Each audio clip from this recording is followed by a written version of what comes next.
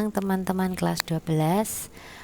Pada PJJ kali ini Ibu akan melanjutkan pembahasan mengenai materi Orde Baru bagian 2.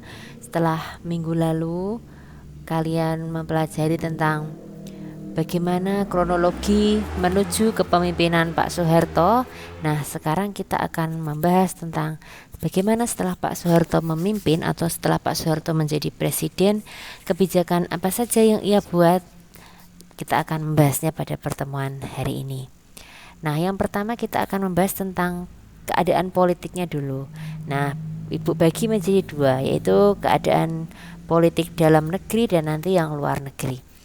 Yang pertama yang dalam negeri terlebih dahulu. Ada yang disebut dengan pemurnian Pancasila. Jadi Pak Soeharto pada masa kepemimpinannya melakukan pemurnian Pancasila. Apa sih yang disebut dengan pemurnian Pancasila? Pemurnian Pancasila maksudnya adalah Pak Soeharto ingin mengembalikan Pancasila seperti keadaan semula, seperti sebelum adanya Partai Komunis di Indonesia.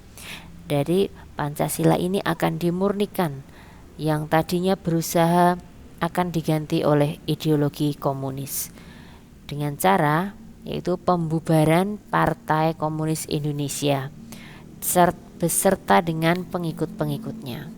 Kemudian yang kedua, membubarkan dan melarang PKI dan ormas-ormasnya. Jadi segala sesuatu yang berhubungan dengan PKI itu akan dihilangkan atau dilarang oleh Orde Baru. Kemudian melakukan yang namanya fusi parpol.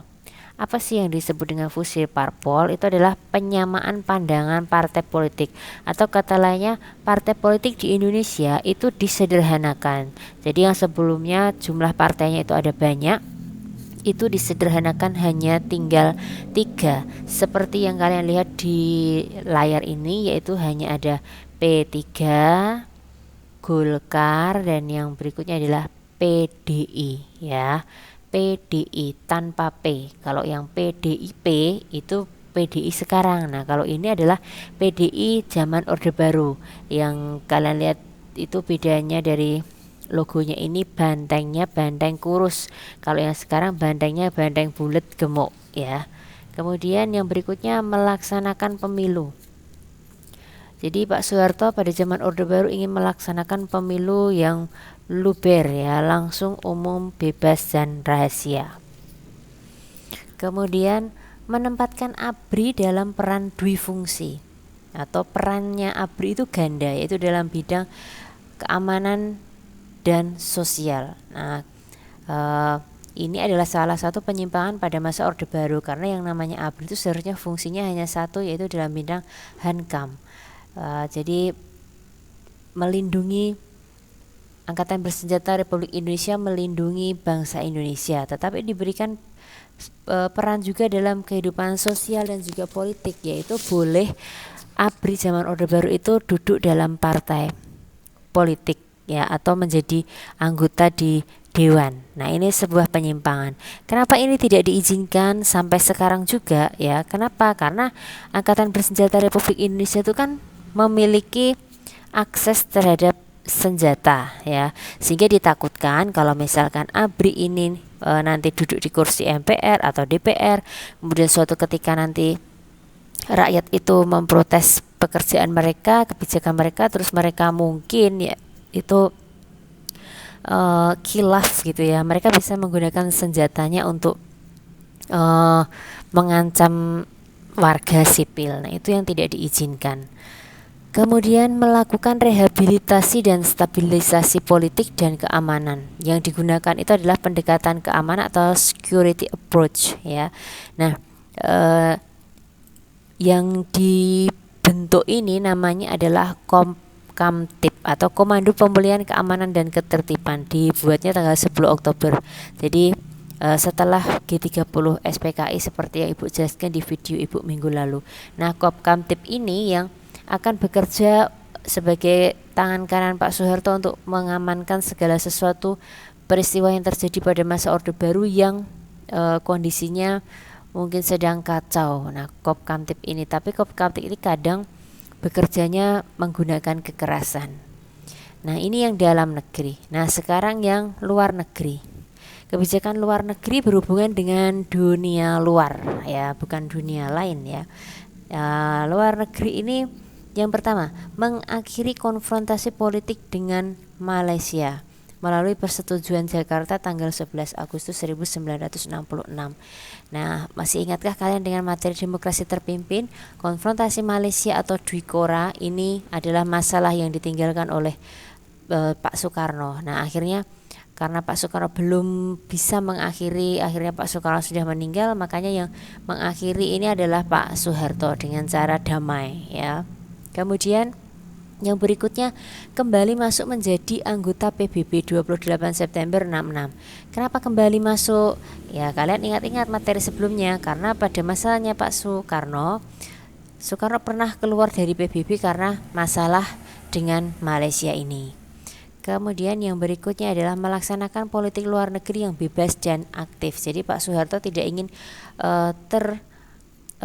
ikut dengan blok barat ataupun blok timur. Kan kalau zaman demokrasi terpimpin Indonesia lebih condong ke arah blok timur. Nah, masanya Pak Soeharto ingin bebas aktif, tidak memihak siapapun wacananya. Tetapi pada kenyataannya Indonesia justru lebih condong ke arah blok barat atau Amerika Serikat.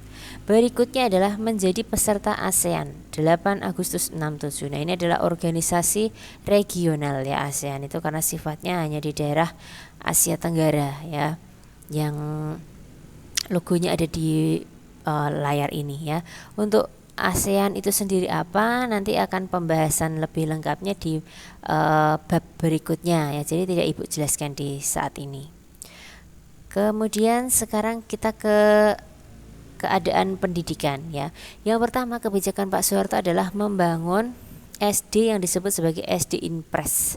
Inpres ini kepanjangan dari instruksi presiden. Jadi kalau kalian mendengar istilah SD Inpres, mungkin ada orang tuamu atau mungkin saudara atau mungkin kakek nenekmu atau siapa yang kamu kenal pernah sekolah di SD Inpres. Nah, itu adalah SD hasil karya pembangunannya Pak Soeharto dalam bidang pendidikan. Kemudian menerapkan program wajib belajar 6 tahun ya, wajar 6 tahun 2 Mei 1984 berhasil. Kemudian ditingkatkan lagi menjadi 9 tahun. Nah, kemudian membentuk kelompok belajar atau disebut dengan kejar ya. Ini untuk pemberantasan buta huruf atau buta aksara bagi mereka yang berusia lanjut 10 sampai 45 tahun. Kemudian meningkatkan jumlah guru. Karena pembangunan SD-nya semakin banyak, otomatis harus ada diimbangi dengan jumlah guru. Gerakan orang tua asuh bagi mereka yang tidak mampu. Bantuan kepada anak berkebutuhan khusus, dan tujuan dari semuanya ini adalah pemerataan kesempatan belajar. Jadi semuanya, entah itu yang normal maupun yang berkebutuhan khusus, mereka mendapat kesempatan belajar yang sama. Dan pendidikan pada masa Orde Baru itu lebih ke meningkatkan taraf pendidikan masyarakat Indonesia secara kuantitatif ya. Nah, kualitasnya itu dikesampingkan. Kenapa? Karena yang penting jumlah orang yang bersekolah mendapatkan ijazah tidak buta aksara itu banyak, nggak apa-apa. Yang penting mereka semua bisa mendapatkan ijazah, habis itu bisa pakai untuk bekerja. Masalah kualitas lulusannya itu bermutu atau tidak, itu agak dikesampingkan terlebih dahulu zaman Orde Baru. Kemudian yang berikutnya, keadaan sosial. Nah, ini sebenarnya Ibu sudah menjelaskan di bagian awal ya. Keadaan sosial itu dalam bidang kependudukan itu ada program KB. Nah, ini sudah Ibu jelaskan ya, yaitu di Jimit minggu lalu, untuk mengatasi jumlah kelahiran supaya antara angka kelahiran dengan jumlah ketersediaan pangan itu pas, jadi tidak terjadi kemiskinan. Kemudian ada program transmigrasi. Program transmigrasi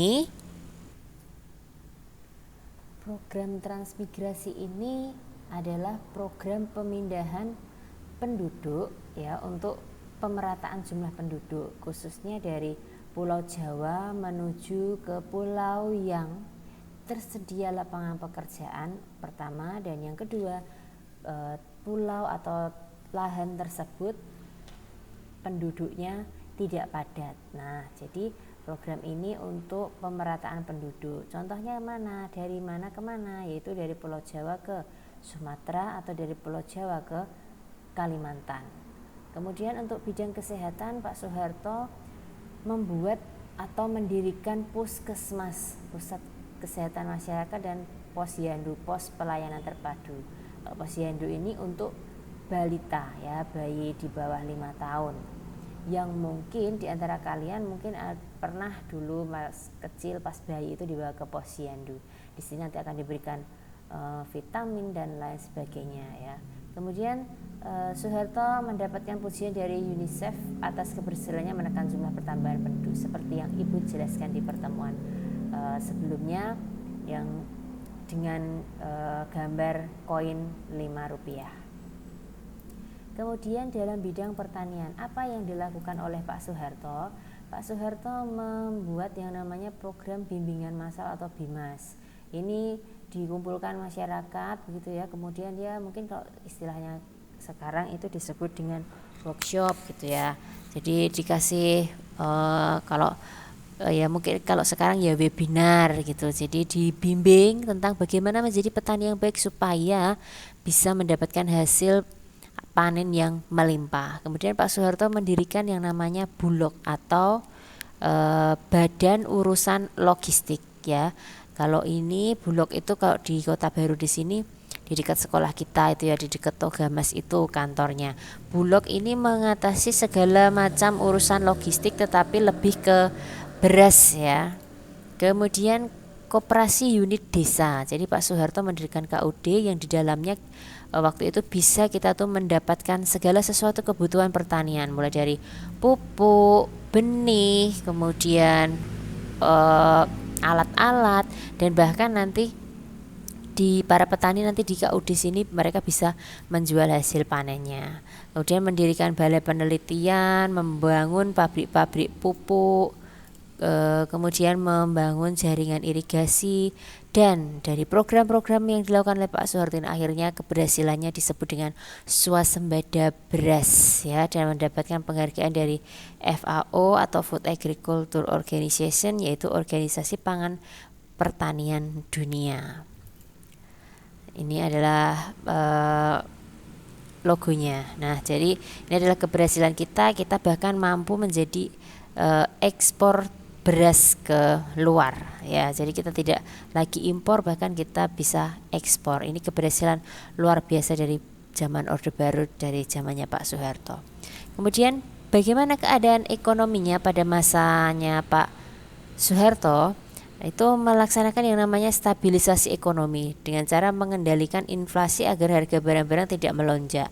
Kemudian melakukan rehabilitasi ekonomi dengan cara perbaikan secara fisik sarana dan prasarana ekonomi. Jadi banyak melakukan pembangunan. Makanya Pak Soeharto itu disebut sebagai bapak pembangunan. Kenapa? Ya karena memang Pak Soeharto waktu itu banyak membangun gedung, jalan ya secara fisik, karena tujuannya Pak Soeharto kalau sarananya baik itu nanti dapat memperlancar aktivitas ekonomi pengiriman barang ya, terutama jalan pada waktu itu yang diperbaiki. Kemudian Pak Soeharto juga menerapkan pelita 1 sampai 6. Cuman yang 6 nanti tidak sampai selesai karena Pak Soeharto sudah harus diturunkan dari jabatannya. Nah, teman-teman, di sini Ibu sudah merangkumkan repelita rencana pembangunan 5 tahun dari 1 sampai 6 itu bagian poin-poinnya. Nah, kalau kalian sebenarnya cari di Google itu banyak sekali ya poin-poin repelita. Cuman ini Ibu singkatkan poin-poin utamanya saja. Repelita 1 sampai 6. Nah, yang perlu kalian perhatikan adalah yang Ibu blok atau warna merah. Yang pertama malari dan yang kedua swasembada beras. Nah, maksudnya apa? Di sela-sela repelita 1 dan 2 itu ada disebut peristiwa malari.